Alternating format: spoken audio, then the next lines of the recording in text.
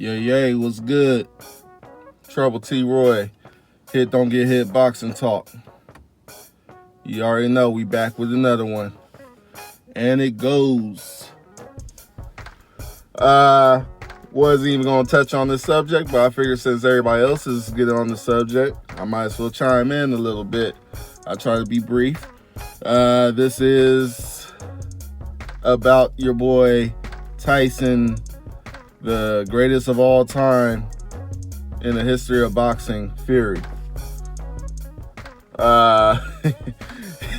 He just had his fight against UFC star heavyweight champion, or former heavyweight champion, I believe, Francis Ngannou.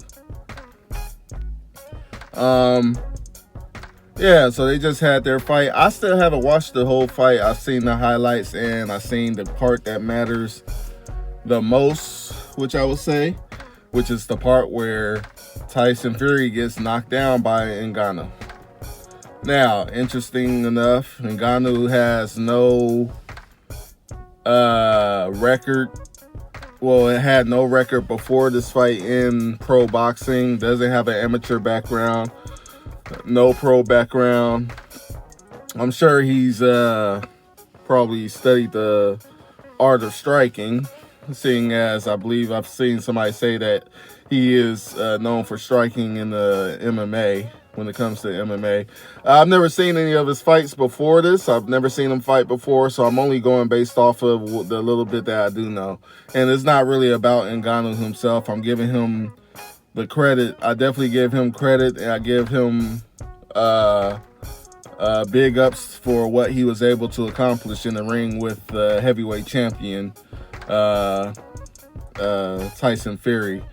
I mean, it's a very interesting. This is kind of a touchy thing, because now with Fury looking the way that he did look, from what I've seen and from everything I'm seeing on Twitter and things that I'm hearing from boxing fans and MMA fans, Tyson Fury wasn't looking too good. I've seen some people say Tyson Fury was being somewhat bullied around in the ring. People saying that he didn't train enough, when he claims that he trained about, 12 weeks or so. So who knows with that.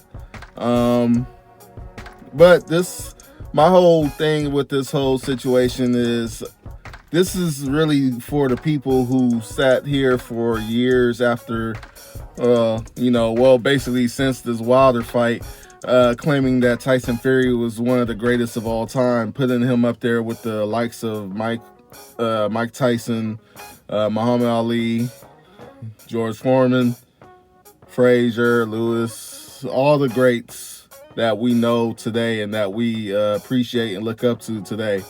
The problem with people putting Tyson Fury up there is he's not up there. He doesn't belong up there, and he hasn't done anything to earn a space next to those legends. Hasn't done anything to earn that. And I think this fight that he just had with Ngannou proves it. This man is somebody who's coming out of MMA fresh, no boxing background, and he was able to do what he was able to do against Tyson Fury. It's like, okay, what does that really tell you about this man?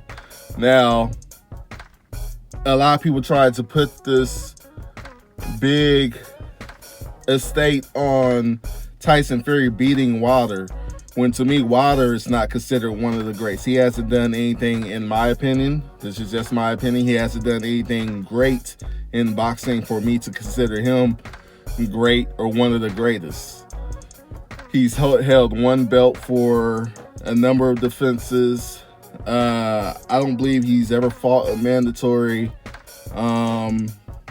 They've arranged for him to be able to get past mandatories to fight the fights that he wanted to, almost like basically maneuvering Wilder in the safest way possible, which is why I can't consider him great, because the greats defended their championships. They fought their mandatories. They fought the best names. A lot of people want to give people like Mike Tyson all this BS because, he took some losses. But Mike Tyson fought and defended his belt against top 10 guys. He fought everybody that basically mattered in his career. He fought guys that others didn't want to fight. Same thing with Muhammad Ali. Muhammad Ali was taking on the biggest fights that mattered in his career. The Klitschko's, Lennox Lewis. These guys are fighting the guys. That's why they were who they were. That's why we still could talk about them years and years today. Tyson Fury ain't done nothing but beat Wilder. He beat old Klitschko, which was a fight to take a good nap with. That's how boring it was. He beat White out of his prime after already being knocked out like twice already. And then you beat Wilder, who never proved that he was nothing more than a guy with a big right hand, you know what I'm saying? And I mean, nothing to take away from Wilder's power, but I actually don't think Wilder's power is as big as people make it out to be, because look what happened when he finally fought a quote-unquote elite fighter in Tyson Fury. That right hand didn't matter, which also showed that Wilder was lacking in skill, lacking in endurance and stamina, lacking in strength, legs, all that. We saw Wilder against real competition and he just broke down. So it's like saying, what was so great about Wilder that he gets to finally fight a top guy and that's what he looks like? It's like, come on now. So I'm not going to sit here and say Tyson Fury is great for beating somebody like Wilder. That's out of the picture. The power that they claim that Wilder possesses is still questionable in my opinion, because the man ate everything that Wilder had and still got up. Yes, you can question the first fight, the last knockdown, the first fight with the referee counting slow, blah, blah, blah. It's like, okay, that's fine. But before Tyson Fury, who did he knock out that was such a big thing? What, Luis Ortiz? Come on now. Let's be real. Luis Ortiz didn't fight anybody before he fought Wilder. So, we gotta be real with that stuff. He went 12 rounds with Stavern the first time he fought him for the belt that Stavern got off of vacancy. I believe that belt was Klitschko's belt before that fight, and Stavern fought, I forget who he fought for that belt. Then once Stavern got the belt, he goes and fights Wilder. He takes Wilder 12 rounds, So, little stuff like that. And then Wilder defends his belt against a bunch of whatever names. So, so back to Fury with that one. Like I said, he fought White after White had been knocked out already twice, I believe, with Pulev. Knocked him out. And Anthony Joshua knocked him out. Same way, matter of fact. And then he gets in the ring finally years and years after White is out of his prime, and years and years after the fight should have already happened. Tyson Fury finally gets in the ring with him and knocks him out. But it's like, I know one thing a lot of people are pointing out, and I noticed that Fury didn't fight White the same way that he fought Wilder, because White, even though White was out of his prime, was still going to be trouble. He wasn't going to go in there and bully White like he did Wilder, So he got back to his little boxing technique, bouncing around the ring, jab, keeping distance. And that led to a knockout on the older, beat up White. It's like, okay, but that was way past due. So I can't really say that was a great win, and it's this whole thing with Tyson Fury, in my opinion, it's just like it's showing. The only thing people really had to really put Tyson Fury up there was the win over Wilder, and that's not aging well now. That's not aging well. Now you're supposed to be going in to fight Usyk, which I'm definitely sure. I wasn't so sure before. I was always going to edge Usyk to beat Tyson Fury, but after this fight that I just witnessed, I do definitely have Usyk winning. That's just my opinion. And, it is what it is. And a lot of people are going to question what I'm saying because, in this sport, it happens a lot where people see somebody perform bad and all of a sudden they just turn on them. Like, oh, well, this guy lost, so this guy looked like shit in the ring against this guy, so obviously this guy ain't shit. This guy is he's a fraud. This guy is trash. He was never that good, blah, blah, blah.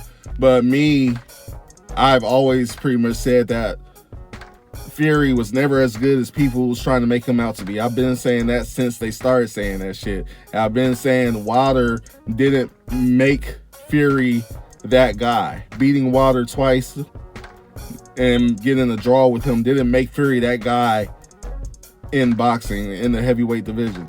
No, it didn't. Because I don't see nothing that special about Wilder other than he has a powerful right hand. That's just me. But I've been saying the same thing about Fury. Fury retires after he gets a belt and then comes back off the couch. Wilder got him off the couch, off of his addiction, off of his mental health illness, gets him back in the ring, and then he beats up Wilder. So it was like Wilder was just cherry picking, thought he was cherry picking, and then ends up getting slaughtered. And the funny thing about Wilder cherry picking and it backfiring is that Fury just did the same thing with Francis Ngannou, and it backfired. Now to the point where it could affect the Usyk fight. That money might be out the window because the simple fact that you didn't look good in this fight against a guy who doesn't box. His career was not boxing, at least it wasn't yet. It might be now, but you look like that against a guy who doesn't box. You think people are really going to be really still vouching for you to beat somebody like Usyk, who's been dominant his whole career in not one division, but two divisions, going on two divisions now. He came from cruiserweight, went undisputed, and now he's holding 3 of the 4 belts as a heavyweight. So, it's those things I kind of look at like, hey, and like I said, I've been saying that Fury is not all that. He's good for what he is. He's a good fighter. I think he's a great fighter for what he has been able to do, but he's not one of the greatest. I wouldn't even put him top 10, to be honest. Heavyweights. I wouldn't. He's not that, in my opinion. And my reasoning is he hasn't shown it his career. He comes and goes when he feels like it. He does more talking. I think people believe in his talking more than they believe in him actually when it comes to his fighting. I think that's the problem. He does so much talking, it's almost hard for you. For somebody who's really gullible, it's easy for you to fall for somebody who knows how to talk the talk, but doesn't really walk the walk. That's easy. He could go around the country talk about how he beat Wilder and calling Wilder one of the greatest fighters and the greatest heavyweights of all time. And the way he says it, to some people, they believe it. They believe it with their heart because he said it when it's not even true. But because Tyson Fury put so much into it, the people are just falling like, yeah, he's saying it, so it must be true.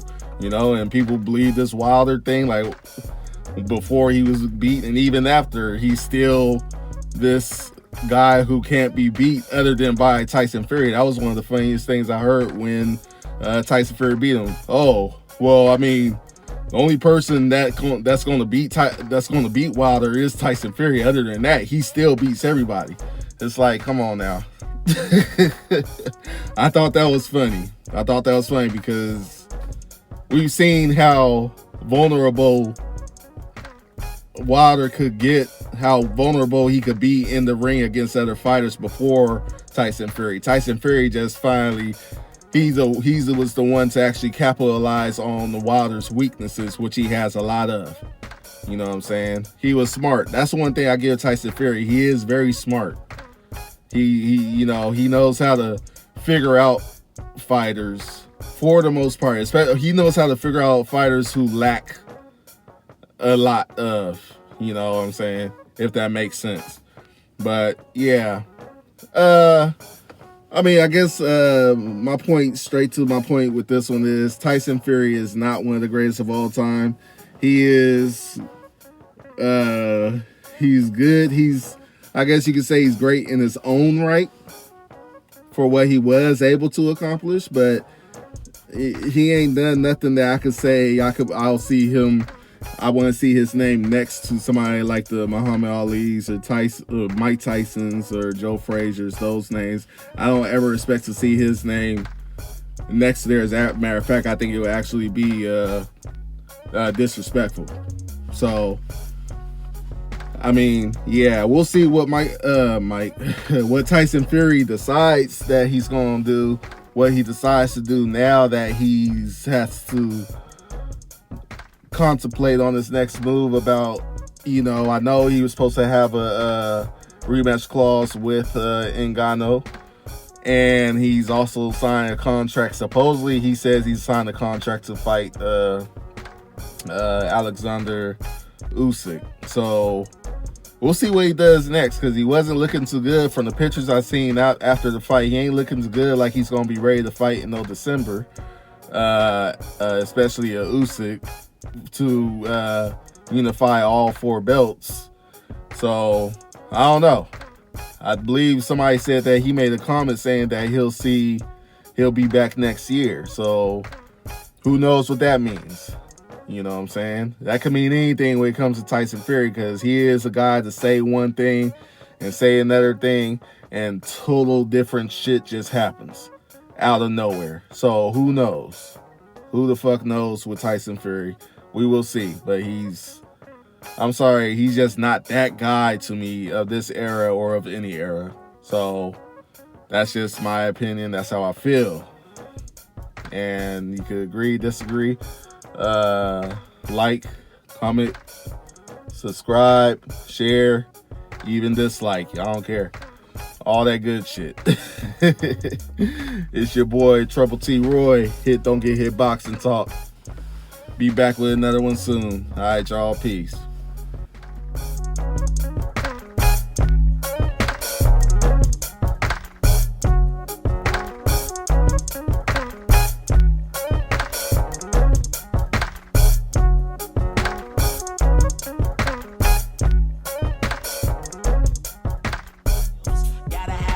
Defense, the flow kills. The guilty bystander proceeds with no guilt. All things forward, the movement got no chill. You dislike, no love lost, no spill. You heard it here from that foolie from Go Ill. Was such a dope sounder to have you on tilt. Backhanded beats for your automobile. Like this, I mean like so. You mean like Black Rob spoke like whoa. Like that, I believe we broke through it. New shit that rewrites hope 10 times in a row.